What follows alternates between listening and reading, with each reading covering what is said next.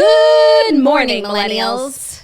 Welcome back to The Toast and happy Monday that feels like a real Monday because we have work to do, things in which to discuss, and we got to hop to it, you know? Hey, Jax, how you doing? Doing good. Yes, this is the grand old Monday, the big week kickoff. This week For is lack going of a to better be word. so many weeks in one. I feel like every episode is going to be a whole week. Well, first of all, today's episode is literally going to be the length of a week, so I hope you're sat, as the kids say. Have a seat. I'm sat. We've got Taylor. We've got Travis. We've got Jax. We've got Claude. We've got Romeo. And what's bigger than the whole sky for me on this day, and we're going to get into it, and we won't dilly-dally too much because it's really like the thing everyone wants to discuss, is a royal family. Yeah, of course. There's like so many things to talk about. What's your number one of this weekend? What part of it? Travis on stage? Yeah. Yours is, but like Prince William is like an extremely close second. Yeah. For me, that selfie, it was too much. It was more than I could predict. Like, I thought I was being delusional in my prediction. Like, Princess Charlotte bopping out at the concert. No, they gave us more than I could have ever dreamed of. It was genuinely like a weekend. Like, it was too much for anyone to even sort of withstand. And I'm glad that we got like a day or two to process. Like, I have a lot of thoughts, things in which to share. We also have House of the Dragon recap. Did you watch last night? I did. So we'll be doing that at the end of the show. And then the other stories, which good luck to them. Good luck to them. But they're decent, you know.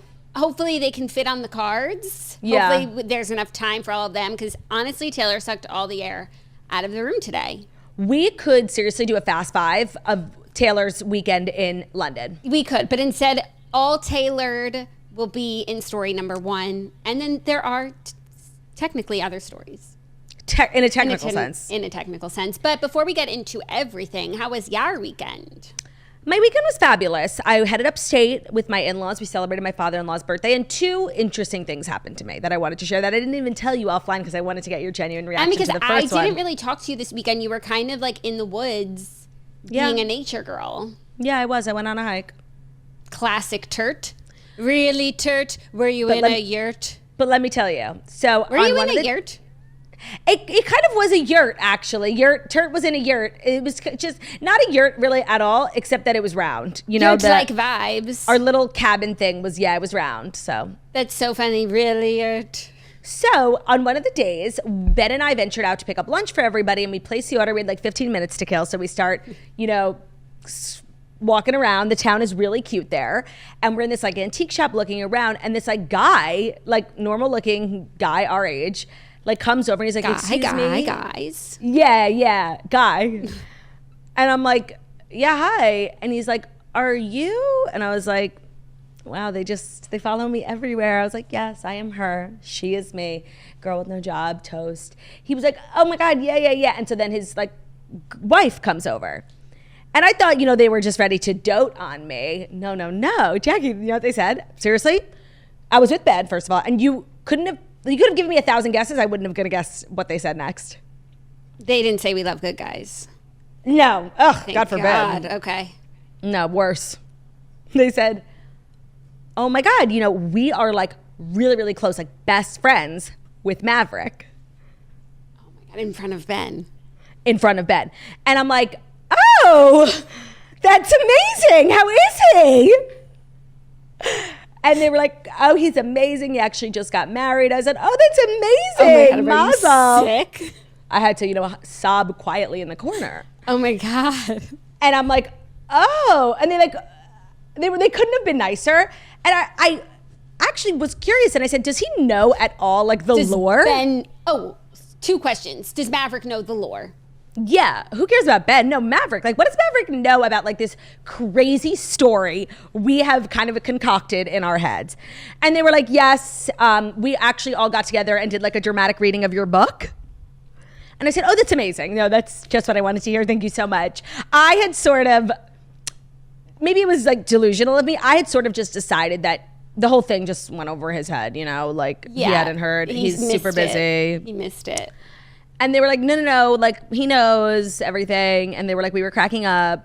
And I was like, oh, that's so amazing. Thank you so much for ruining my day. You know what's funny? I feel like when you start this job of like trying to be a content creator and influencer, I think a lot of people like don't start because they're worried what like people that they went to middle school and high school are going to think about them when they see their content. Like that's the worst people to think about watching your content when you start out. But then clenching. You hit a level of success and it's like, yeah, those people from middle school and high school can't touch me. Look at me now. Yeah. But now it's like, no, back to worrying about what people from middle school and high school are saying about your content. It was such a nice day up until that point, you know? And so that was definitely a lull in the weekend. I'll say that. And what does Ben know about the Maverick lore? The thing is, Ben read my book. And Maverick's name didn't jump out to him. And what's so funny is like I had a whole chapter on like Ben and just dating, and my dating experience was so limited that the story I wanted to harp on, like my ex, was seriously like a boy I kissed in the 7th grade. Like that's how uneventful my social life was. And so Ben, obviously like a normal human being, thought nothing of it. You know, everybody like had a crush in middle school. He doesn't, I think he does know how you and I have sort of never moved on from that. Yeah, we're still here. Right. Just collected on the Maverick lore. It takes a lot for me to feel like embarrassed. Yeah. I'm not really capable. I'm shameless in a lot of ways. And I'll tell you, that was definitely a horrifying experience. So thank you to them. They couldn't have been nicer, by the way. But it was just like, oh, great. Thanks. Have a good weekend. Yeah. Akko Taco. And then the second thing that happened that ruined my weekend, even though I had an amazing weekend, of course I just come here and say the two things that, you know, ruined it. Don't worry, I have my negativities to share as well. Amazing. So at this hotel we stayed at, I brought my Kindle, but there was like this and it's gone? Room. What? And it's gone? Still in the No. I brought my Kindle, but they had like this little shared library where you can like leave and take books. And I wanted to see what they had. The only one I really recognized was It Ends With Us, which classic. And then they had Sarah's Key. Now, you and I were just talking about Sarah's Key because I had thought about perhaps watching it. It's a book turned into a movie based on a true story during the Holocaust. And I was like not going to watch it because I really didn't want to get a pit. But then when the book was there, I don't know why, I felt like I need to like read this. Like I felt like these were two signs and I can't keep ignoring it. So I started the book. I'm only read 70 pages and I had to take like 3 breaks. And after 70 pages, I literally had to excuse myself when I was at the pool and go to the bathroom and start crying. Like it is, and I can't stop now. Like, you're going to finish it? Of course. Like, how can I not finish a book about something people experience? Like these people have to live through it. I can fucking read it. Yeah. Oh my God. The way I fucking hate France. Like, you seriously will never not catch me being Francophobic, okay? Fuck them. That's good reason. It's frightening. The thing is about France. We always joke because, you know, I'm learning a lot about World War II. I'm reading different books about what went down in Italy and what went down in France. And everyone knows France just sort of rolled over and took it up the ass and was like, yeah, Nazis, oh no, pretending to fight back. They loved it. They welcomed them to take over Paris. Like we all know, weenie energy. But this, and I'm going to pronounce it wrong, Vel de Hive, is that how you pronounce it? I don't know. It's this event in French history that, you know, they don't teach in French schools and they don't really talk about because it's humiliating. And, you know, we all think of the Nazis like, oh, bad. Of course, bad. But what ended up happening in France in July 1942 is so disgraceful. And the French police really were out here making the Nazis look like heroes because the French police were ordered by Nazis to like gather up the Jews, but they were given strict instructions, like, you know, working men, able-bodied men. But the French were like, no. And there had been rumors that there was going to be a roundup of able-bodied Jewish men. So a lot of people's like brothers and husbands like started like slowly disappearing, going, you know, out of town. So when the time came for the roundup, there weren't a lot of able-bodied men. So the French police were like, all right, let's do the next best thing. Let's take all the women and children and the remaining men. And they ended up rounding up 14,000 Jews in one night in July, very hot in July. And what do you do with 14,000 Jews who you round up? I don't know. They decided to put them in this indoor stadium.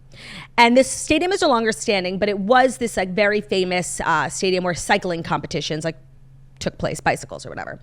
And it's July and they leave 14,000 Jews in this stadium for 4 days with no food, no water, and no bathrooms. Now, what goes on during those 4 days is so abhorrent. Like the conditions, they're worse than you could even imagine. You know, people giving birth, people throwing themselves off of the roof, just onto the middle of the field because it was so horrible, just killing themselves. People dying, people throwing up, people just going to the bathroom. There's no toilet. And then after 4 days, and this is where I'm up to in the book, where they separate the men from the women and children. Everybody's sent off to camps. And once they get to the camps, they eventually separate the mothers from their children, which is where I had to stop reading because it was just like so upsetting. Now, I know through the story that all 14,000 people, nobody who went into that stadium made it out alive. Everybody ends up at Auschwitz, Birkenau, which I haven't gotten to in the book, but the book takes place obviously in 1942, and then also this journalist in 2004, it's a true story, who gets like tasked, she's an American, but she's lived in Paris for 25 years, and she gets tasked with like doing a story about the 60th anniversary. She's like, what is this thing? I never heard of Veldiv, and they're like, nobody around her wants to talk about it, because like it's like this shit stain on France's resume, and she's just like doing everything she can to learn about it. You know, there are people who are still alive who like lived, and it's in like a residential neighborhood, and you know, like people are coming out of their houses on this warm sunny day, seeing 14,000 Jews in coach buses being and they smelled it too. Yeah, like it reeked on the streets of France for weeks, because you had 14,000 people living in inhumane. So I'm just starting the book, but it so upset me so deeply, and it like I couldn't stop thinking about it the whole weekend. And I just want to say, like, I hate France. That's what I want to say. Fair to say. Because the thing is, we know all these stories about the Nazis, you know, Nazi this, Nazi that. And I just think it's important that everybody knows, well, yes, it was ordered by the Nazis. France did it, carried it out, and did it worse than actually the Nazis had requested. Yeah. So, they put their own little je ne sais quoi on it. Yeah, you know? There was a lot of oomph and excitement. Yeah. There was a lot of excitement by these French policemen. And then when they talk about like how they got to this place, but right before everybody was rounded up, everybody was wearing yellow stars and they were kicked out of restaurants. And then there was this, you know, exhibit put on by the Nazis that ran, and it turned many people anti-Semitic. Just like when they like when they show how the groundwork was laid to get, you don't get to a place where everyone's just showing up one day rounding up Jews. There's a lot of work that needs to be done to get society to a place of comfortable with that, being like, oh yeah, we got to get rid of the Jews. They're dangerous. Mm-hmm. It's so eerie to what's going on today. Yeah, I'm sure you saw those videos in LA yesterday. The pro-Palestinian terrorists were outside of a synagogue in LA. A kosher restaurant. Trying to block people from going into the synagogue. They beat up a Jewish woman. Yep. Broad daylight. Yeah.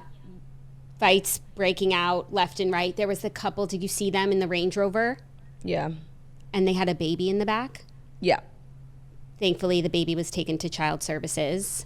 Because when the terrorists show up, like with their child. Yeah, they literally came to beat up Jews with the toddler in the back in the car seat. Yeah. Disgraceful. Very similar to, you know, 1942 France energy. Mm-hmm. And I don't know, I just feel like, I feel like I do this too, you know, whenever we talk, we're always clowning on Germany in modern times, and they deserve it. And I feel like they take it, you know, they know that like we're all making jokes about them. Yeah, they take the L, and they know when people are like a little sensitive to them. They get it. However, everything I've really heard about Germany in recent, like even like months, they're doing the work. You know, they're actively fighting against anti-Semitism. Vogue Germany just put a 100-year-old Holocaust survivor on their cover. Like, you know what? I'm going to lay off of them a little bit, just a little bit, and I'm going to send some of that energy France's way. Like, I feel like we've all forgotten. Well, at least I didn't know. Now that I know, done with you. Yeah, they get a little overshadowed and they're happy to be like, yeah, no, not us, Germany. It was like Germany. No, it was like low-key you too, bitch. So the book is really upsetting me, and everybody who like DM me about it, they're like, this book will ruin your life. Yeah. You'll be thinking about it for years, but like and I love, of course, everybody knows my favorite World War II book is The Nightingale, but The Nightingale is not based on a true story. And so when there are such compelling true stories to tell, like Sarah's Key, I think it's important that like we read those ones. So yeah. I'm doing it. It's going to take me a while because it's like really, really hard to get through, but I'm going to do it. That's good. Well, I started the book for the redheads last night. I did not have that experience. Actually, I started it a few nights ago. It's called Real Americans, and I don't know where it's going. It started in one vein. I like thought I knew what this book was, just like someone telling their life story and complaining. But it's becoming like a little bit of like where is this leading to? A little bit of a mystery, which I like. So, and it's really long, so I'm only at like 40%, but so far I'm enjoying it. What were the negative anecdotes you wanted to share from your weekend? Oh, well, I hate to rag on a business, but I'm going to do so because yesterday we went to what is called just to spare other people. Yeah. It's just opened up. And on the one hand, sometimes it's I don't want to rag on this, but I don't know. I feel like something's weird. Yesterday we went to this thing called the Balloon Museum. It just opened in Miami in the Art District. And you would think a balloon museum would be primarily for children. And then, some adult, Museum of Ice Cream vibes, where it's super colorful and kid friendly, but some, overgrown adults want to go have fun and have an ice cream. Okay, fine. We won't stop you. The Balloon Museum was, the lights were off in most of the exhibits. It was all these different installations that were eerie and creepy and either all black. There was a Olympic sized pool of balloons that were all black balloons. And then on the ceiling were balloons hanging off, all black balloons. That's weird. So weird. The light, if everything had been in primary colors and the lights were on, it would have been sick, amazingly fun, a feast for the eyes. But it was so weird. It made me feel this is very mature and it's not for kids. But a balloon museum that's not for kids, and the whole place was filled with children. And I don't know if everybody was thinking the same thing that I was, but I feel there was some discord on the planning committee where one person was this is someone was that guy Demna from Balenciaga, and the other person was a normal Ronald McDonald being this should be fun. Whatever happened to fun. And honestly, the Balenciaga won out. It was giving Balenciaga, and if you were thinking about going or if it's coming to your town, I would skip it. I wish I had skipped it. So I just wanted to save some. Again, the thing is they chose these vibes, so I don't feel bad clowning on the vibes and being don't go. Because maybe it's not for kids, but if it's not, then who is it for? Yeah, and then when you leave, there's all these balloon animals you could buy, and there's so many kid-friendly elements. Yeah, and if it's not for kids, who is it for? Just adults who want to marvel at balloons? It was weird. I don't know. Do better. I saw the pictures, you guys. Jackie's not being dramatic. It definitely had a sort of dark energy to it, demonic. Yeah, everything was dark and scary. It was kind of a haunted house more than a museum or a celebration of balloons and colors. It was not a celebration. It was not a celebration. I'm sorry. The pictures, seriously, and all the kids in all the pictures were screaming, crying. At the end, there were all these vignettes, colorful vignettes, where you could take pictures with balloons that were so cute. So, I'm sure if your friend is posting from the Balloon Museum, you're wait, this looks amazing. Because, those Instagrammable moments were adorable, and that was really fun. But the whole of the museum was incredibly fucking weird. That is so unfortunate. And the kids deserve better than that. Seriously, who is, and I also want to know who is this for? It's also in the design district, so maybe it was for creatives. Artsy. But I'm sorry, grow up. It's balloons. Yeah, balloons, I think it's safe to say, are reserved for children. Let's put that in the children's category, even more so than ice cream. Yeah, ice cream's for everyone. It's a food. 1000%. But I think balloons are for children. And what was the other negative anecdote? No, that was really the one. Oh my God, but a positive anecdote is I'm just going through bread left and right. I made fresh bread on Saturday, and I have another loaf going today because we finished all of our bread. Everyone is loving my bread. I'm super excited to get my hands on it. Oh, and the other thing I wanted to say is that this morning I was on a business call with my business partner. Ben Literally called me as I was getting ready to go over ideas for the sandwich shop that's not happening. I'm having fun. I'll make a sandwich and then I'll give it a title because this is me being creative and violent and artistic. Mm-hmm. And I'll indulge him, and we'll literally have fights about the business just because it's literally a hobby. It's a fun. And it's not a hobby, it's a hypothetical. No, but just talking about this fake idea, there's something creative and fun about it. Stimulating. The fact that we had a call this morning talking about and arguing about where our first location should be. Because I told you, this is not a joke to Ben. You can't joke about business to Ben.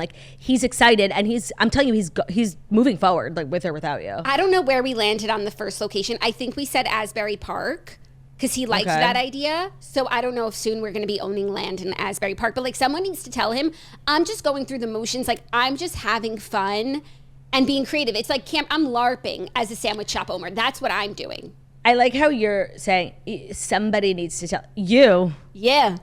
No, you got yourself into this mess. You'll get yourself out. Just tell them it's a one large LARP. Actually, look at the book. That started as a LARP. Most great things do. Should we name the sandwich restaurant LARP Witch? LARP Witch. Oh, also, there's so many names, but not the name. What were we going to call it today, Ben and I forget. Right now, it's... It's the sandwich shop. Do you want to tell everyone what you're like? Jackie has decided on a name, and Ben like doesn't get it. He hates it, and Jackie will heretofore be referring to the sandwich shop as this. So when we talk about the sandwich shop, this is what I call it. I recognize I don't really think there's a world in which like letters are going up on a building with this name on it, but this is my working name for the restaurant because I think it encompasses the vibe that I'm going for, and it has a really sweet meaning. Yeah. So the restaurant, as I see it in my head, is called Stranberries. And Ben is so confused. He said, how did we get here? How do we get out? So it's called Stranberries because right now, like, that's what Harry calls sandwiches. Like, oh, I didn't even know that. I thought dry sand. No, Sandberries. but that's another one. No, it's called Stranberries because, like, when I make him sandwiches, he would call them, like, Stranberries. And then I call them Stranberries, so now he calls it that because that's what we call it. Oh, I totally missed that. And I just feel like the term Stranberries connotes fresh produce, fresh fruit, freshness. It's like, and it's very, you know, I could see it with like the red gingham tablecloths and mason jars and welcome to Stranberries. Yeah, and visually, that's not at all what Ben has in mind, you know, gingham and mason jars. No, he has good guy subs in mind where it's sweaty meats all the time. Yeah. I actually think you two going into business together is not the right idea. You're too far off. The thing is, he's willing to compromise because he just wants to make a deal. I think he thinks like a bad deal is better than no deal. Yeah, yeah. And as much, I think Good Guy Subs is a great idea. I can't be a part of it because I have nothing to do with that. Yeah. Like, it's not me. Yeah. So that's where we're at, creative difference-wise. And I know we said we wouldn't dilly-dally, but that's exactly what we've done. It is, as we always do. But I'm going to make an executive decision to get into the Fast Five stories that you need to know. And the Fast Five stories that you need to know are brought to you by State Farm. We know our toasters can agree that nothing feels better than a personal win. Like when we get our final piece of furniture delivered to our apartment and your home feels truly complete, or hitting a workout, you know, personal best during, per se, maybe a run, if that's something you're into. So maybe you're a toaster who managed to stop for a much needed iced coffee and still made it to work on time, or you found a new pair of jeans that finally fit perfectly. Whatever it is that you define as a win, it calls for celebration. And who's cheering right beside you? State Farm. Because with State Farm's personal price plan, you can create an affordable price just for you when you bundle home and auto. So celebrate by breaking out the confetti and those happy dance moves. Talk to a State Farm agent today to learn how you can bundle and save with the personal price plan. The best part about State Farm in general is their methods of communication apply to all different types of toasters. Like, are you a Jackie who'd probably want to speak to someone on the phone or in person? Or are you normal like me and you want to like go on an app or a website because you're extremely tech savvy? Whatever it is, State Farm has an agent who can talk to you just like wherever you feel comfortable, you know? So talk to a State Farm agent to learn how you can bundle and save with the personal price plan. Like a good neighbor, State Farm is there. Prices are based on plans that vary by state. Coverage options are selected by the customer. Availability, amount of discounts and savings and eligibility vary by state. Like a good neighbor, State Farm is there. Like a good neighbor, State Farm is there. Like a good neighbor, State Farm is there. Today's episode is also brought to you by Caraway. The last week of Caraway month is here, and they're having a very steamy drop this week. Monday, June 24th, which is today, Caraway is launching limited edition colors, of their food storage just for summer. So they're so fun, so bright. Their food storage are definitely my favorite. Well, I can't say that. One of my favorite products that they make, because like out with the old, in with the new. Their food storage stacks well, holds a ton of food. And then, of course, it's Caraway, so it's non-toxic. Their products are made without any toxic materials like PFAs, PTFE, PFOA, or other hard-to-pronounce chemicals. It's easy cooking, so the ceramics naturally slick surface means minimal oil or butter are required for slide-off-the-pan eggs and easy cleaning. And they're well-loved, of course, by us, but also over 65,000 people have rated 5 stars about their Caraway kitchenware. So it's time to try it for yourself. Their food storage solutions are seriously premium. Like if you've had a big cabinet filled with lids and different Tupperware, like you know how stressful it can be. You know how not right it is. And with Caraway, their products are amazing. And they also come with great organizational little holders for all your food storage bin, so it's really fabulous. Get your limited edition summer fun food storage and other Caraway home products at carawayhome.com/toaster. And hurry while these cute colors last. Again, visit carawayhome.com/toaster or use our code TOASTER at checkout for 10% off Caraway Home products. Reminder, that code has changed, so it's TOASTER now, TOASTER. Caraway, non-toxic cookware made modern. Today's episode is also brought to you by Skims. If you're shopping for something like a good bra or shapewear and Skims makes it, you're getting the Skims version. So am I. They've become my go-to destination for bras, for underwear, for shapewear, and of course, their t-shirts. I actually just got a huge Skims order because we have our live shows this week and I need like different shapewear for every dress. And whatever like type of dress you have, there is an associated piece of shapewear from Skims that will go perfectly with, you know, if you're wearing one arm or it's asymmetrical. They've got you covered, and I love their t-shirts. They have the t-shirt shop where they have tons of different t-shirts, because for me right now, I'm kind of in my like tight shirt, big bottom era. And I love the different long sleeve, short sleeve shirts from Skims that really flatter the body. They like contour the body really well, and then wearing it with like a nice cool pair of baggy pants makes you feel like extremely young and hip. The boyfriend t-shirt is fabulous, and they come in a ton of different colors. Like, oh, you like nude? Here's 11 different types of nude. Thank you. Of course, Skims is known for being size inclusive as well, so they go from size extra, extra small up to 4X. So shop the Skims t-shirt shop at skims.com. Again, now available in sizes extra, extra small up to 4X. And if you haven't yet, be sure to let them know that we sent you. After you place your order, select podcast in the survey and select our show in the drop-down menu that follows. Support our show, support, you know, your breasts, and support women. Skims. That's a Skims t-shirt shop. Thank you, Skims, for sponsoring today's episode. Great, thank you, La. Our first welcome. story, Taylor Swift Eras Tour London. Let's start with the number one in most people's hearts and minds. She brought Travis Kelce on stage as a surprise guest during the third London Eras Tour show. So before she sings the song I Can Do It With a Broken Heart, she does a little skit, apparently. I wouldn't know because I haven't been spoiling the concert for myself on TikTok all this time. And for the last show, Travis joined the skit. So the skit is essentially right before the song I Can Do It With a Broken Heart, and during the skit she's like, no, I don't want to do it. Like, it's very emblematic of the song that's about to come, and her dancers are like shaking her and, you know, putting her new outfit on, brushing her hair, being like, bitch, get ready. And when the dancers come out, there's usually 3 of them, I think. The third one was Travis. And seriously, like, the videos that have come out and they're still coming out are so crazy, because the audible like gasp, the shookness, like you can hear it. People were not at all expecting. I mean, Taylor is so, in recent memory, so private about her relationship. She barely walks red carpets with. So to even fathom that her boyfriend would come on stage is so not even, nobody could have even conjured it up, because it's so out of the realm of possibility that when it did happen, we choked. I was choking. My phone was blowing up. She brought him on stage. I'm like, no, okay, what are people saying? What, the camera turned to him? I was like, there's no way he's physically on stage. And he was. He did a great job. Own costume, bespoke. He had his own little dance. Louboutins, fresh. And he was one of the dancers. He like picked her up, brought her to like the other dancers, and they like fixed her makeup, and he had like a makeup brush. It takes a lot to shock me. I was shocked, honey. I was in tears. I was shocked. Yeah. Now, it's like not that crazy when you think about how, like, you know, she stormed the field. Like, remember when we were like, Taylor's on the field, Travis is on the stage. Yeah. It's the equivalent of, you know, supporting your partner. It's fun. It's like Ben coming out at one of our live shows. Exactly. And after the whole weekend of him like being a star, you know, he was entertaining friends and family in the VIP tent. He really was kind of being like, you know, first gentleman energy. Yeah. And it was such a fabulous weekend for him. His brother was there. Kylie and Jason were at the first 2 shows. Like, so you just, I honestly, like, I have no words.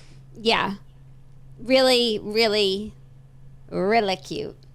Really cute, really shocking. And then up until that point, there had been so many newsworthy things like about them. You know, she was pointing to him. She did his archer pose that he does when he scores a touchdown. They were literally just like staring at each other the whole concert. It wasn't even like coded or Easter eggs. It was just like that. She literally might as well point at him and like, hey, Travis, I love you. Yeah, like, that's my man. Like, it was shocking in its, what's the opposite of subtle? Overtness.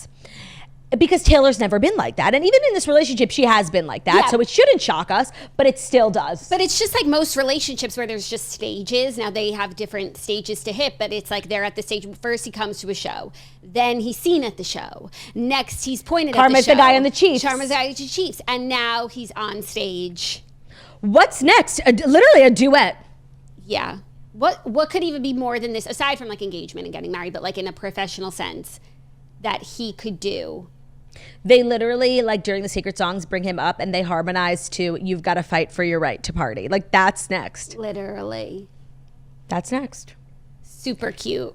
And I love how like, you know, she came to his game, stormed the field, and it was like, I forget who they even played. It was all about Taylor. Mm-hmm. And he obviously loved that. And now, like, he came to her. It's all we're talking about. And it's not weird. It's like really the definition of having like two equal, you know, partners who really support each other. And it's not like, it's not weird. It's not like insecurity, because I feel like in the past this would never happen for a number of reasons. One, like a partner who's super private wouldn't want to do something so public. Two, Taylor wouldn't want to make her relationship like something for the public. Like I feel like nobody would have wanted this. Not even talking about Joe. I'm talking about literally any person. She's never brought a partner up on stage, like even Calvin Harris to be on the ones and twos, fricka.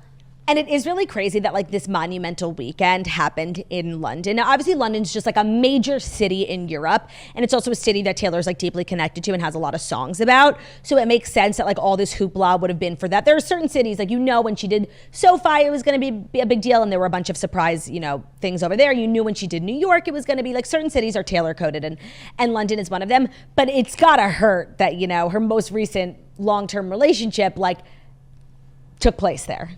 Yeah, but also Maddie is a London boy. Harry Styles, Calvin Harris. Is he Australian? He's something. He's got an accent. Does he? Yeah. Well, yeah, I feel like you could always say, oh, this was like directed at Joe, but then like Maddie puts a layer of confusion into everything, which is good. Like same with TTBD. It's like, is it Joe or Maddie?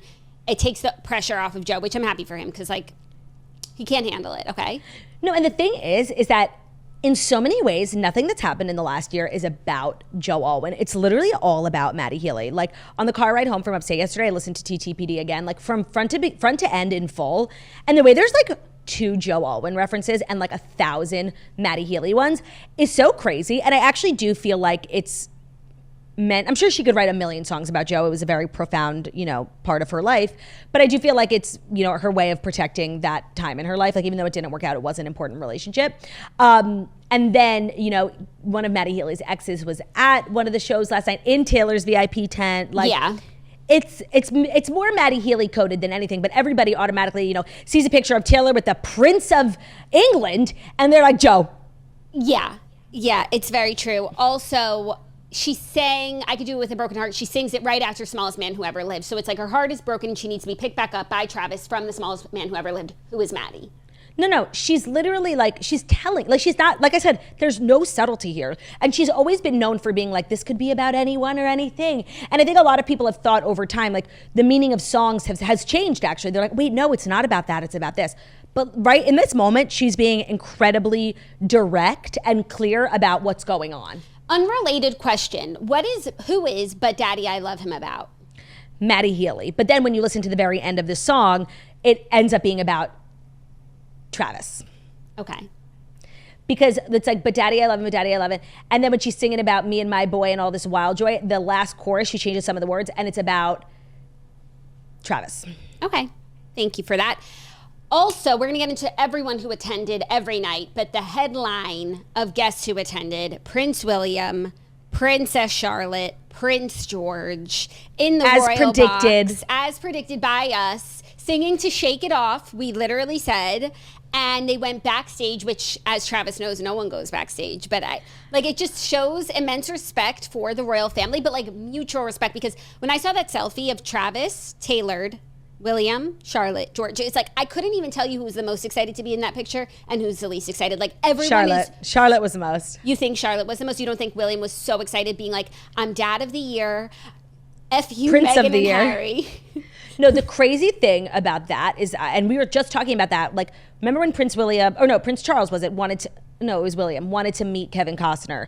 When you're royal, like you want to meet someone, you summon them to you. You don't go to someone, they come to you.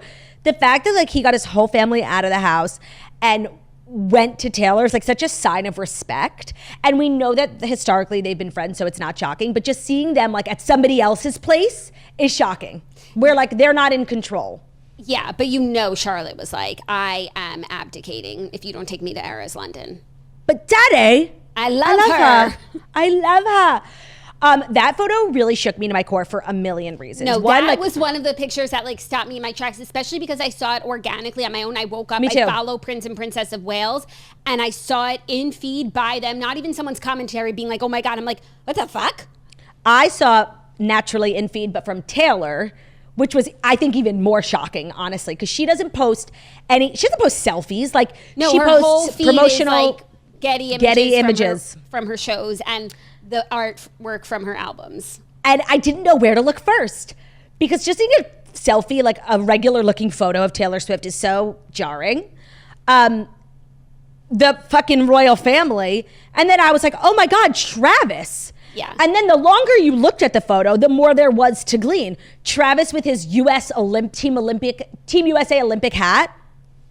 Obsessed. The hat that he wore all weekend long, basically just being like, fuck everyone here. I seriously, like, I could not stop looking at places. And then I was like, this was clearly before the show, and the first outfit she wears is like this bodysuit. There's no way she was just wearing this bodysuit. So I go back and look again. She put on the blazer that she puts on after the bodysuit for the man. So she wore like a full blazer dress, but I was like, she probably had to put that on because she just probably walks around the stadium before, like 10 minutes before the show in her bodysuit. So they met her before the show. Yes, like her full glam. You could always tell because her hair is curly. Oh, that's so true. And her makeup was perfection. She looks like a wax figure, Madame Tussauds. By the way, did I say that to you? Yeah.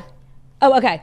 Because I was like, oh my God, I actually thought it was a Madame Tussauds something before my first instinct, because she looked perfect. And then also there was the video of William singing Shake It Off in the box, dancing, like as people say, Chandler Bing. Yeah, he was getting after it in the box. He was getting after it. And it's so funny, like, what they did in one night for like the royal family's Q score, years of intentional press strategy could never do. I mean, there's something so relatable about not only Taylor Swift, but just like music, you know? Music brings people together. And just like dance like no one's watching, you know? He was certainly dancing like no one was watching. That's not how I would think he would dance. I'm obsessed. Me too. I'd love to see him just like let it go. He's had a rough few years. For sure. Also, what's so crazy is how Shake It Off, and I feel like for you and me, is like the worst song in Taylor's catalog. But it's the bathroom song. At Eras, like, it's lit. Then let's go into the VIP tent, because not only was Prince William getting after it during Shake It Off, but there was a video that was going viral of the VIP tent during Shake It Off. Like, it was jumping.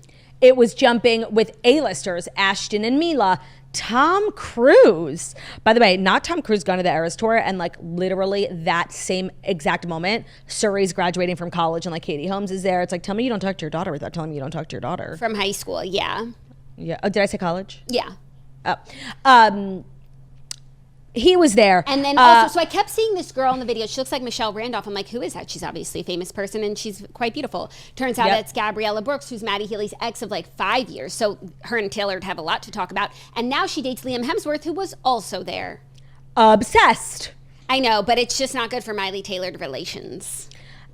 It's fine. It's fine. But like Taylor always is like extremely gracious with tickets. But you know, she had 2 tents this time because like there were so many famous people who wanted to come every single night. They had 2 every single night. Cate Blanchett, Paul McCartney. So here, I'm going to go through the list. Entertainment Tonight did here's a big list of who was at the concerts. Thank you to Entertainment Tonight. Night 1, Cara Delevingne, classic. Nicola Coughlan, no comment. Jonathan Van Ness, Jason and Kylie Kelsey, both nights. Right.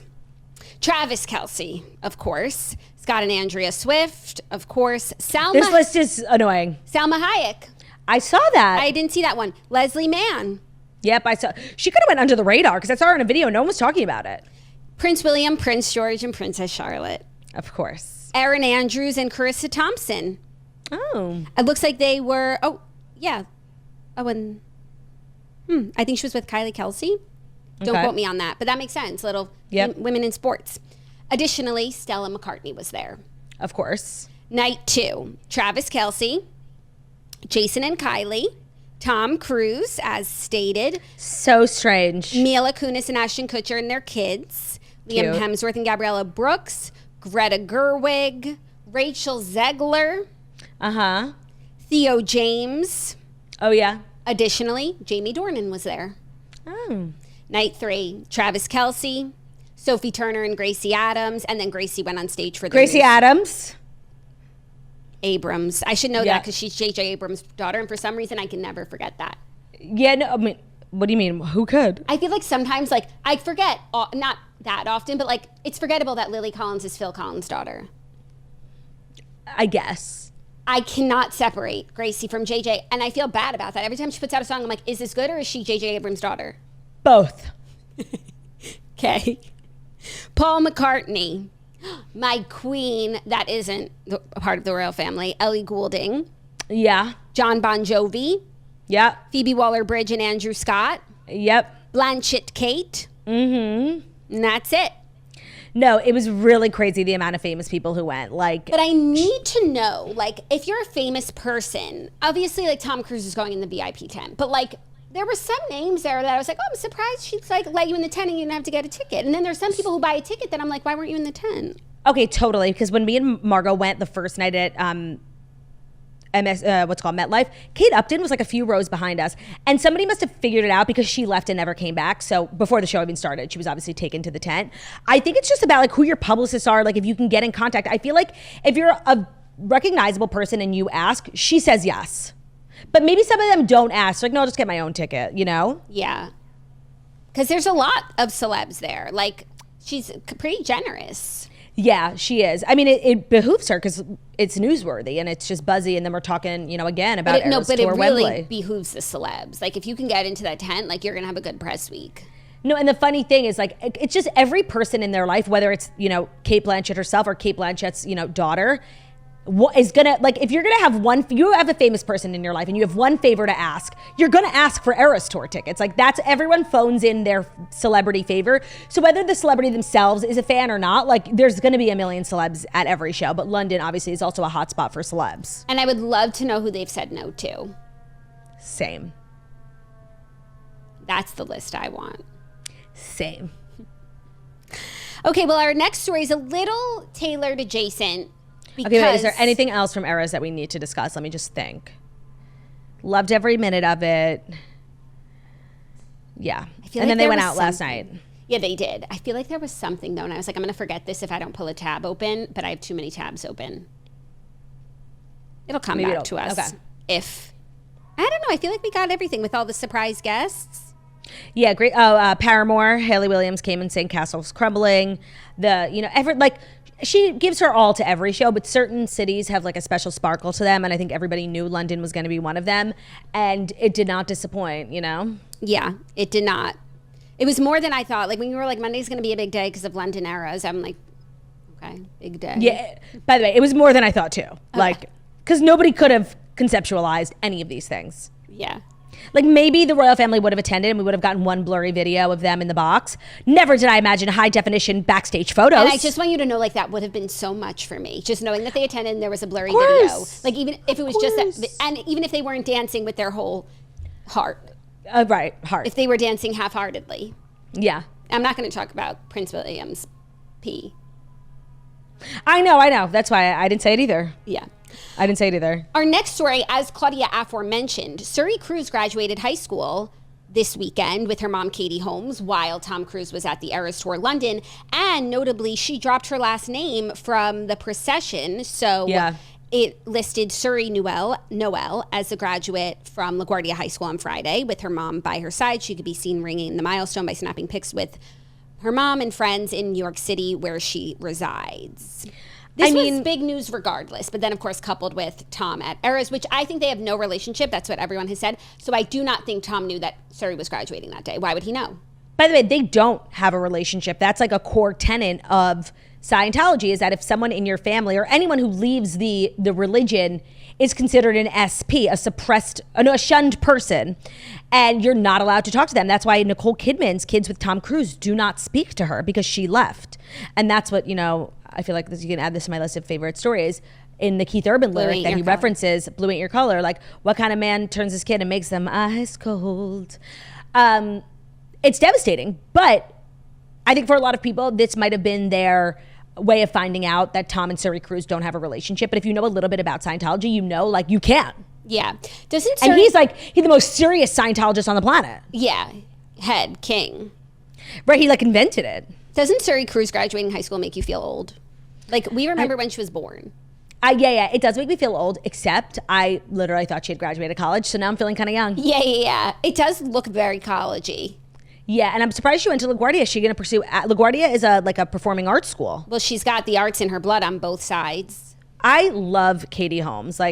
Everything I know about her, post Tom Cruise, everything I learn about her makes me like her more. I think she's an incredibly devoted mother. I think she's really normal and cute. And I think she wakes up every day grateful to the Lord above that she got out of whatever the fuck was going on during her marriage to Tom Cruise, which was probably the worst time in her life. Yeah. And the fact that she was able to get her daughter out, I mean, every time I see her, she's smiling. It's not surprising. You would too.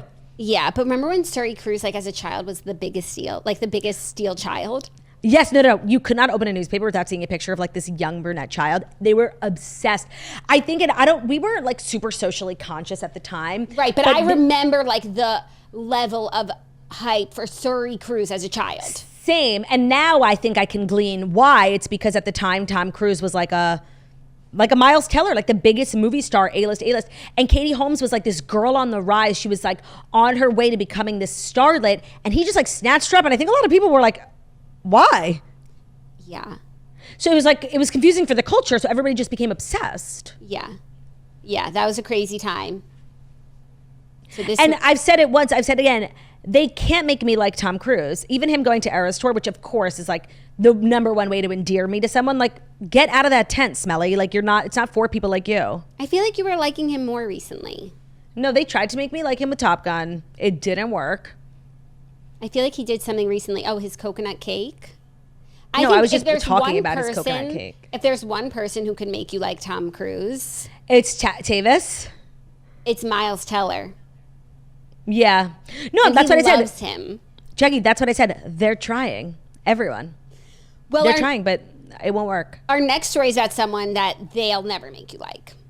Justin Timberlake? Justin Timberlake. A little update on Justin Timberlake's bad week. So Justin Timberlake broke his silence on his DWI arrest during his concert, part of his world tour, in Chicago on Friday night. And his concert's making news for a lot of reasons. One, he spoke about the DWI. And this is what he said. He said, it's been a tough week. He said, That's putting it mildly. He said, it's been a tough week. I know I'm hard to love sometimes, but you keep loving me right back. He added that all his fans, too, have faced ups and downs and left and rights. Don't, compare us to you, we don't do that. Well, the people in the stadium arena are probably yeah, Justin, we've all been there. Right. Some more news is that the bartender from the hotel that he had drinks at said that he did have one martini. However, we all saw the mugshot. And two, there's video footage from his concert going viral of him doing crowd work. So he's up close with the fans. And he looks nutty. But I had then heard that was an old piece of footage. Oh, really? Yeah, it went viral and people were oh my God, look, he looks like he's on cocaine. And then it turned out to be an old video. Oh, I got. Yeah, I got too. Having said that video still is real. It's no, but to be fresh out the slammer and looking like that, there's an issue. Also, another piece of news that came out. People were saying he was still fucked up. From the his Hamptons, bender. When it's been 2 days and I do think he had a low number of drinks. He was just not sober. But also, I don't think he went I on had a heard bender. That he was stopped before he was actually officially arrested. He was stopped a little bit before and given a warning. So call an Uber. I also heard that the concierge at the hotel like called the police and said to look out for him because they were worried he was going to get behind the wheel. Okay, like the more we learn, the more we know. Like I said, hey. But what do you think about the bartender saying he only had one martini? Well, he could have only had one martini at your facility. Like, that doesn't mean he had only one martini in the whole city. Like, well, no, he was only at that one place. But I agree, like maybe but he might have showed up drunk too. And he also might have ordered only one martini from you. Then at the table, do you know what he drank? You probably do because you're making Justin Timberlake's drink. But like maybe he drank everyone else's drinks too. Not only that, like a martini can be demonic. What like, did he eat that day? What did he eat that day? And maybe he had taken a Xanax to calm down for the world tour. Like, you never know what's in your system. So true. What mixes, perhaps he was having an allergy attack and he took a Claritin and it mixed poorly with his Kettle One martini. Especially if he took a Claritin D. Like, you do not fuck with the D. Exactly. They say you can't operate heavy machinery on Sudafed. Maybe he took a Sudafed. It's so true. I learned that in this is my like repeated stories. You can add it to this. In my 5-hour driving course about like drug and alcohol awareness, all of the things that I learned about drunk driving, not to drunk drive. I learned a lot of things. So yeah, being on any sort of medication can really mess with you. For me, like I get, and it's only happened once because it was like scary. Like I get fucked up on Advil PM. Like I was hallucinating with Theo. It's like NyQuil. Yeah, but like NyQuil, I just like feel a little woozy and I go to sleep. Like having actual awake hallucinations with Advil PM. Oh no, NyQuil is drugs. Hard drugs. NyQuil is drugs. You know what I fuck heavily with though? ZQuil. Like to me, I associate NyQuil. It's like, oh, don't look for me for 12 hours. Yeah. And I feel like Advil PM is like actually a little bit of a lighter version of that. No. Advil PM, I feel like is a lighter crazier version than of NyQuil? Of like meth, for real. At least that was the experience that I had. Like you have to ask Ben. I remember in my old apartment, like I think if you don't fall asleep in a certain amount of time, like the dreams you would have if you were asleep, like are hallucinations in real life. I was having the craziest conversation with Ben, like so high on drugs. It was really probably the closest I've ever come to like heroin. That's like Quaaludes. If you fight them, you'll go high. We all saw Wolf of Wall Street. Correct. You'll go high. How did we get here?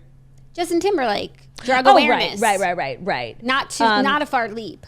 So like him only having one martini like truly means nothing to me because honestly having one beer, I'm so nuts. If somebody has one beer, I won't get in the car with them. Although like I do know like having one beer doesn't really impair you. One martini is like 4 beers in my opinion. Mm-hmm. So yeah, it's just a cup of vodka. They're like one martini. It's a cup of vodka. Yeah. Are you ready for our next story? Number 4. Yeah. Okay. Elon Musk quietly welcomed baby number 12, his third, with Neuralink Corp Shivon Zilis earlier this year.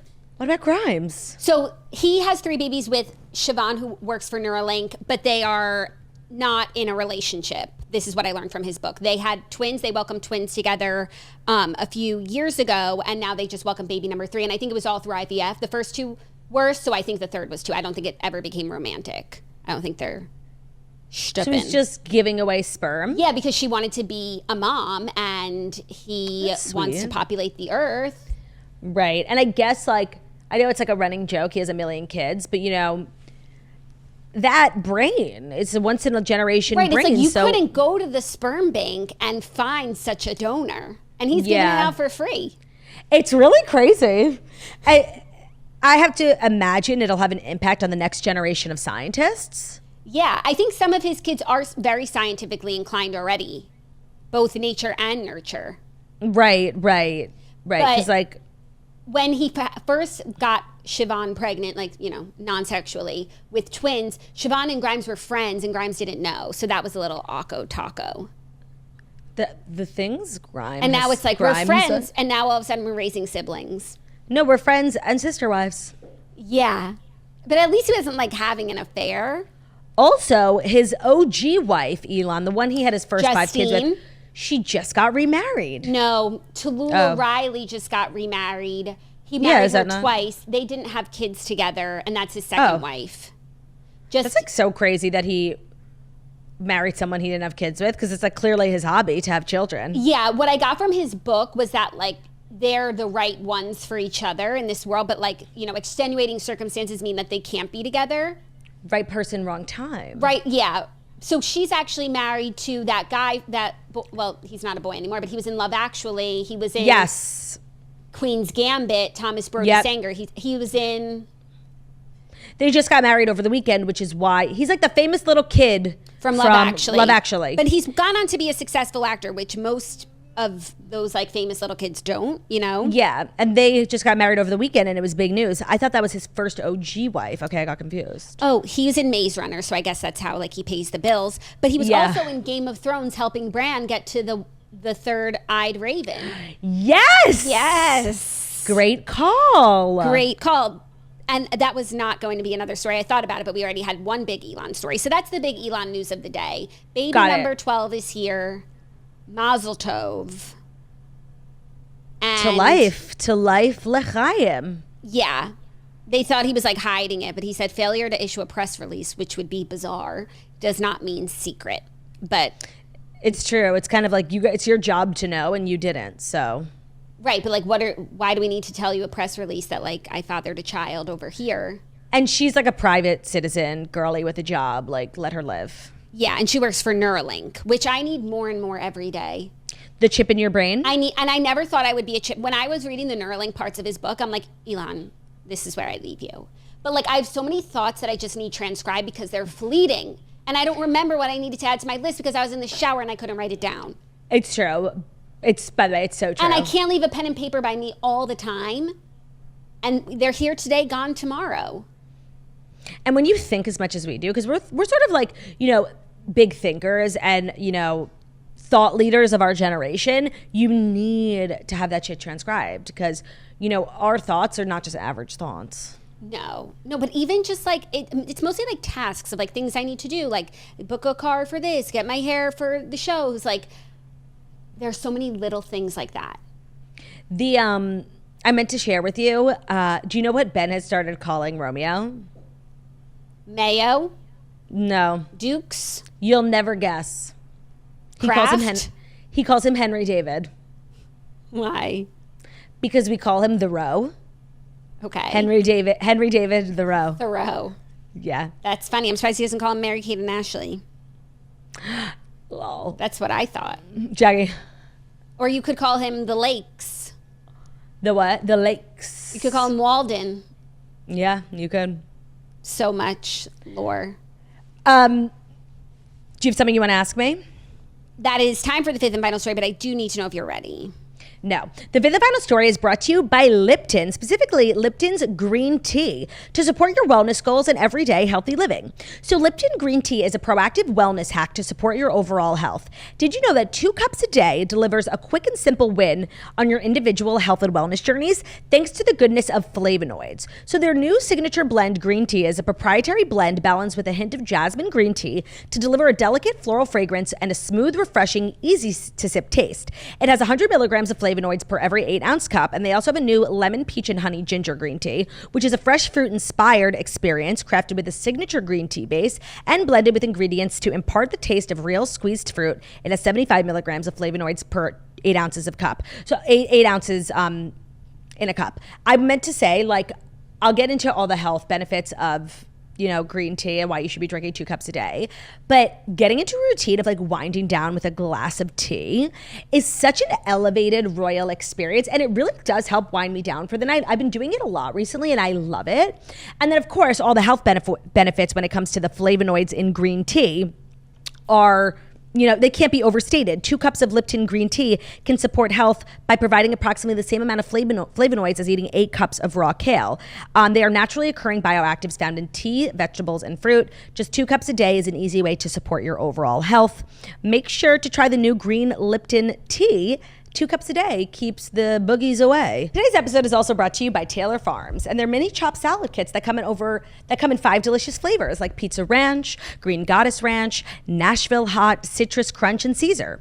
Taylor Farms is a trusted source here at The Toast and a family-owned company on a mission to create healthy lives through fresh, delicious food. So these are single-serving chopped salad kits that are prepped, cleaned and ready to enjoy. So it's food for one, which means less waste, and of course, their classic Gray's taste. Now, I know you're going to say, like, turdy, salad in a bag, it's giving crusty, musty, and brown. No, Taylor Farms could never and would never. They are gorgeous, they are crisp, they are fresh, and like I said, they're pre-cleaned, so you can literally eat it straight out of the bag if you're a gal on the go, which I know so many of you are. Taylor Farms mini chop salad kits are packing huge, all-new flavor punches into delightfully snackable sizes. No bowl? No problem. Just eat one of the mini chop salad kits straight out of the bag. Taylor Farms is, like I said, a family-owned company. They are sort of a core tenant, if you will, here at The Toast. And whether you're making a nice fancy salad for a dinner party or just, eating in your cubicle trying not to cry, we have all been there, and Taylor Farms is there for you. So you can buy the Taylor Farms chopped salad kits pretty much anywhere you get your groceries. They're available at all major grocery stores. So the mini chopped salad kits are perfect on the go. If you want the big bag, those are there too for, family dinner, or if you're just feeling extra hungry. But Taylor Farms, thank you so much for being a sponsor. And today's episode is finally brought to you by My Lady Jane. We haven't found our recent TV obsession, and it's on Prime. Have you guys heard about My Lady Jane? It's inspired by the best-selling book. This series is a history-bending romantasy about Lady Jane Grey, known as the 9 Days Queen. Jane was the Queen of England for 9 days and then beheaded. So, giving damsel in distress energy, if you will. My Lady Jane tells her story the way it should have happened. You'll meet Jane, a know-it-all Tudor noblewoman with a sharp tongue and a warm heart. And then there's Guildford, an intriguing scoundrel with a dark secret. They have undeniable chemistry, so get ready to ship these star-crossed lovers in an epic tale of true love and high adventure, set in an alt universe of action, comedy, romance, and lust at first sight. Oh, and it's all set to a modern soundtrack, which we love. So prepare thyself for My Lady Jane. It arrives this week, June 27th on Prime Video. We love a period piece. We love history. But I also love when they do things like, this is how history should have happened. It's kind of a really satisfying way to watch television. So the TV show is called My Lady Jane. It's on Prime Video starting June 27th. That's in 3 days. My Lady Jane, June 27th on Prime Video. Check it out. Thank you, Turt. You're welcome, Bert. Are you ready for our fifth and final story, a little content news? Now I am ready, yes. Jennifer Lawrence will star in a murder mystery inspired by The Real Housewives. Yes. Jennifer Lawrence will produce and star in The Wives, a Real Housewives-inspired murder mystery produced by Apple Studio and A24. It was announced on Friday that J. Law will produce and star in The Wives, a Real Housewives-inspired whodunit that was acquired for Apple Original Films in what it's describing as a highly competitive situation. The project will be co-produced by Apple Studio and A24. I love this. It sounds like it could be really stupid. However, Jennifer Lawrence kind of doesn't really make bad movies. And she has a very obviously well-versed knowledge of how movies work, but also of the Housewives. So if there was someone who can do it and do it well, it would only be her. I agree, and considering it will likely be good, it sounds really good. The Wives, we're watching that in 2 seconds. It's giving Desperate Housewives, Stepford Wives, Gone Girl, our faves. 1,000%. It sounds good. I'm cautiously optimistic. I'm sad. If you had described it to me without saying Jennifer Lawrence, I would have been like, eye roll, because this does have the potential to be incredibly stupid. It's giving, what's that show we love? Ladies Who Kill? Why Women Kill. Why Women Kill. That's what this is. So is it kind of going to be like Knives Out, sort of, where it's we're all solving this one mystery? I feel like Big Little Lies, but with a funny, comedic... Yeah, maybe they're all on a cast trip, and one of the producers gets knived, and they have to sit in the house and figure out who did it. Yeah, something like that. I honestly think it sounds good. It sounds amazing. More of this, please. I mean, let's wait to see it, but more of this. Do you think they'll tap any housewives to do cameos? They're always doing stuff like that. I feel like that's what would make it stupid. I agree, although there are a lot of housewives who are actors by trade. Like Kyle Richards. Denise Richards. Wait, Denise Richards? How am I just putting that together? Are they sisters? Denise and Kyle Richards. That's really weird. That is weird. An actress, of course. All of them, Heather Dubrow famously is an actress. So I agree, though that's what makes it not serious. I actually hope that they don't. Unless one of them is an actual actress in the movie, not a cameo Heather Dubrow. Yeah. If Heather Dubrow wanted to get a role in this show, I think she would be really good. Yeah. Who else acts? feel like they all, like when they were younger, like acted and modeled and then like married rich men. Yeah, and then like were still interested in being famous. Who was Heather Dubrow fighting with for that role on Reba's show? Alexis Bellino. Yeah, but she's not an actress. No. Like by trade. No. Okay, well, I like this. I think it sounds good. Me too. And of course, you know, she's going to go on Watch What Happens Live to promote it, and Andy's going to have like the best day of his life. Yeah, full circle. Full circle.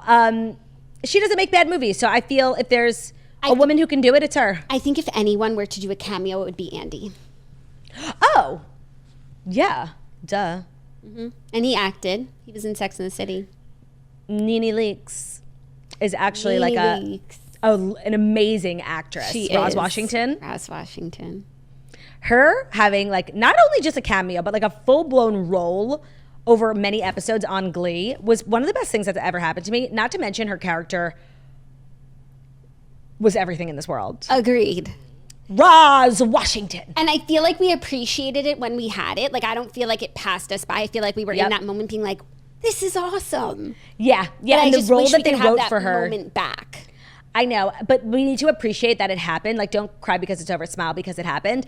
And really, like, appreciate that the role that was written for her, like, they couldn't have written a better role for her. And she nailed it. She deserved an Emmy. Yeah. Yeah. Speaking of Emmy-winning content, let's dive into our House of the Dragon recap, episode 2. Jax was not going to watch it, but I said, give it one more chance. Yeah. And what do you think? I stand by what I said last week, which it's like objectively not an amazing show. Like, there were so many conversations where I was watching and I was like, not to compare it to Game of Thrones all the time, but like we would never have this conversation in Game of Thrones because it's irrelevant. Like the older son talking to his betrothed, standing out on the cliff, just being like, I'm sad too. It didn't move the plot forward whatsoever. The Corliss laying in bed talking about Rhaenyra didn't move the plot forward whatsoever. It's just like they just need to kind of fill some shit up. I agree. Like, I was incredibly bored last night. Nothing happened. And the real difference I feel from last season when I loved this show was like there were so many characters I was championing, like, and obsessed with. I seriously don't give a fuck who wins this war. Like right now, I don't even hate the other people so much. Like I hated the Hightowers last season and everyone in King's Landing. I'm like, they're the devil. Seriously, like I don't even care. Like after what Damon did, like I don't stand really him anymore. And not to be like devil's advocate, like Rhaenyra putting all the blame on him, like she did send him. And she knew like he was like a scoundrel piece of shit, you know? Yeah.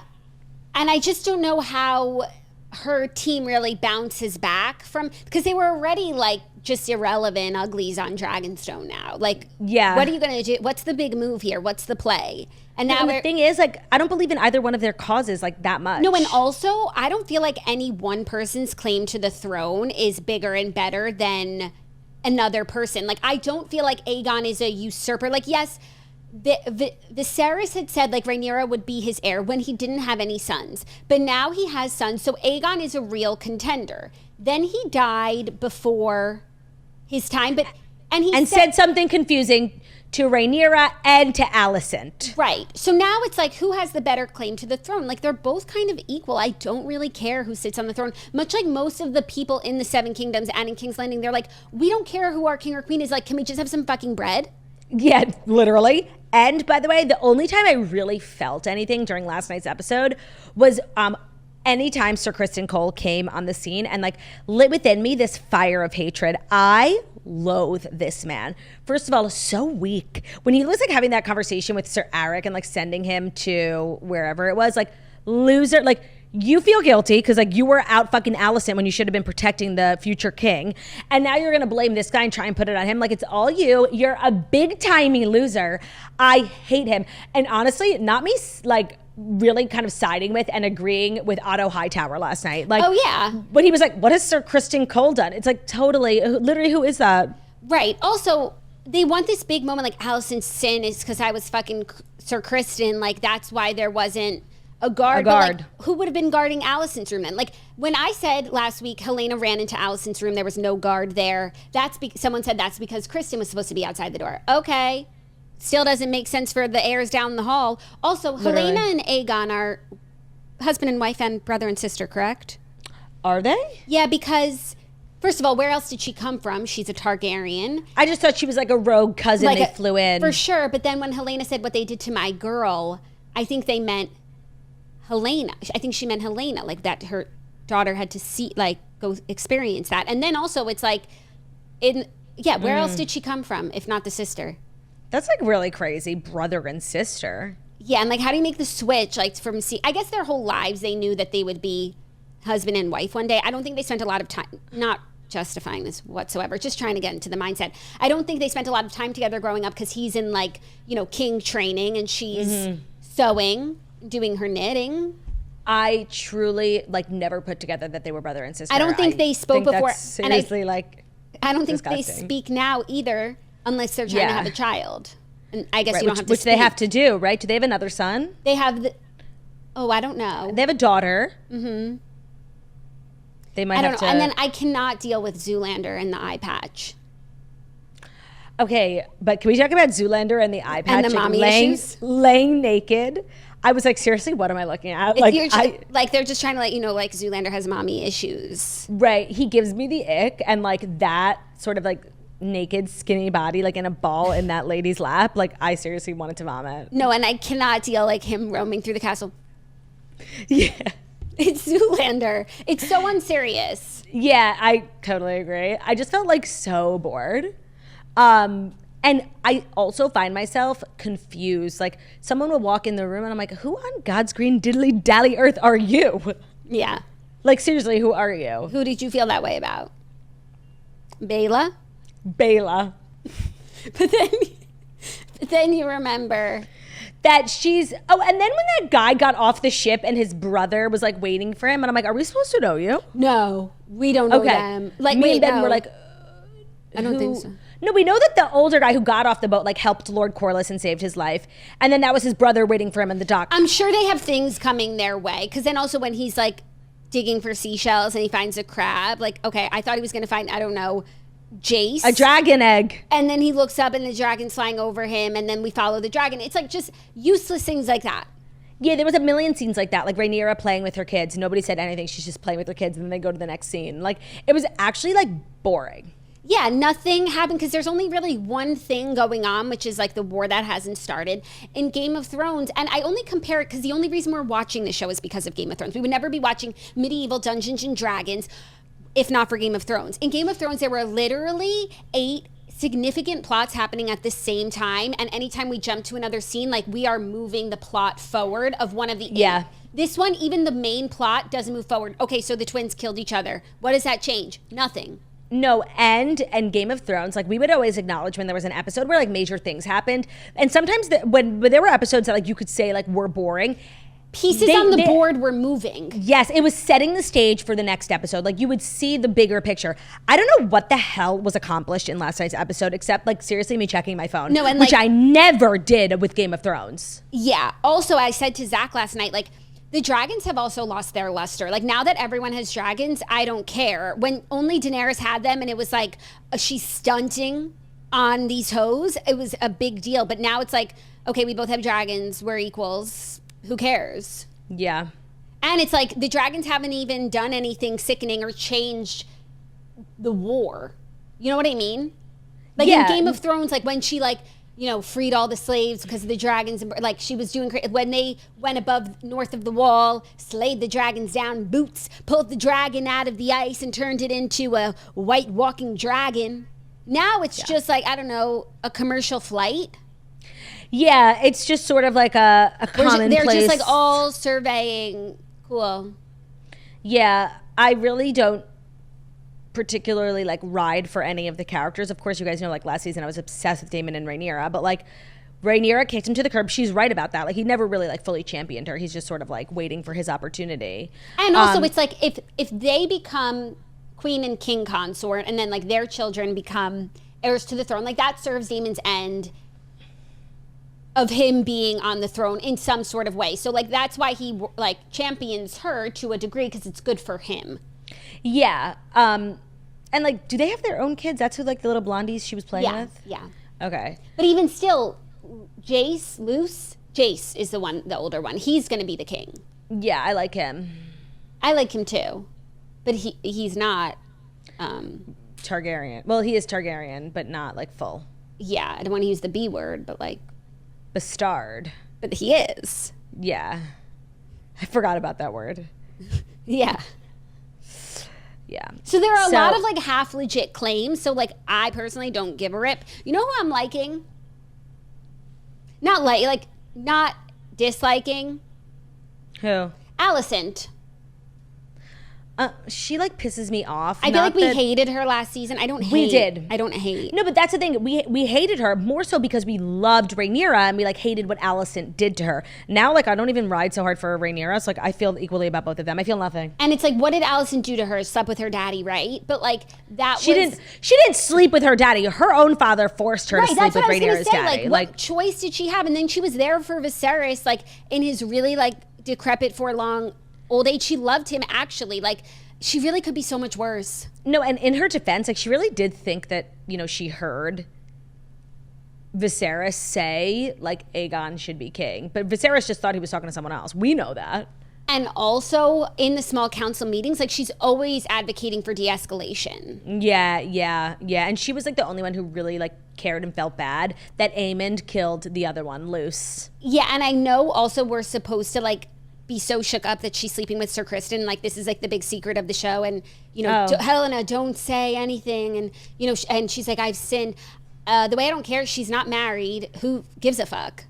Well, it's like, because he's supposed to be pure. But now that he is the hand of the king, I don't feel like his job anymore requires celibacy. That's what I was thinking. Oh, that's now, why? like, okay, so it's like a big deal for him. Like, seriously, who cares? No, literally, who cares? That's the big secret? I will say, though, like that scene where the twins were fighting and you didn't know which twin was twinning, and then that was actually a good scene. Yeah. Because then one of them died and we're like, oh, shit, is that the right one? Well, we were about to find out because if the other one went for Rhaenyra's throat, that's that on that. But then it didn't even matter. It was just like sad. It actually was really sad. Yeah. Rip. Double rip. Double rip. And I guess like that random hooker / spy ended up being good because she warned them. Yeah. She is a very random hooker / spy. And I really don't like when, like, I just don't like her. Yeah. You know, I don't even remember what she did last season, the big betrayal. I don't remember. Yeah. No, it's definitely not hitting. Like, I certainly wouldn't even dream of dressing up as one of them for Halloween, you know? Yeah. It's not hitting in the same way. And that's my opinion. I just feel like Game of Thrones, and even thinking about a lot of the spinoffs we were talking about last week, like, it's giving, like, watered down. You know, after Mean Girls, they made, like, Mean Girls 2 and, like, or, like, Legally Blonde, the twins, where it was, like, off Broadway, low budget off Broadway versions. Like this is what this is becoming. Trying to recreate the magic and capture that audience again. It's like, but I felt like they were really on their way last season. Like they had something good. I would love to know what changed. I think the show, it was better definitely in the first season, but also like our excitement was like fresh. We were bringing all of our Game of Thrones energy. And now it's like we're only bringing our House of Dragon energy, which turned out to be like not that energetic so far. And people are saying give it a chance. Like it's the second season. Like if we're not in it, like the first season is where you really have to be patient because we're laying the groundwork for the war to come. Like war is here and I'm bored. But like war is like kind of not here. Yeah, right now it's soft war. It's murky. Yeah. Well, that's also, our my Max account no longer plays the preview for next episode, so I don't even get that like feeling of like, yeah, oh, okay, I'm sad. Same. And when it was over last night, and it was an hour and 10 minutes of boringness, I seriously didn't even want to watch for next week. I'm like, can I go to bed now? I actually looked to watch for next week because I was like, I need to get my juices flowing. Hyped. I couldn't find it, and that's like really. So without that, I'm like, okay, so the end. And speaking of the end, this is the end of our episode, and I think we accomplished everything we set out to accomplish, correct? I think so. So that's our show.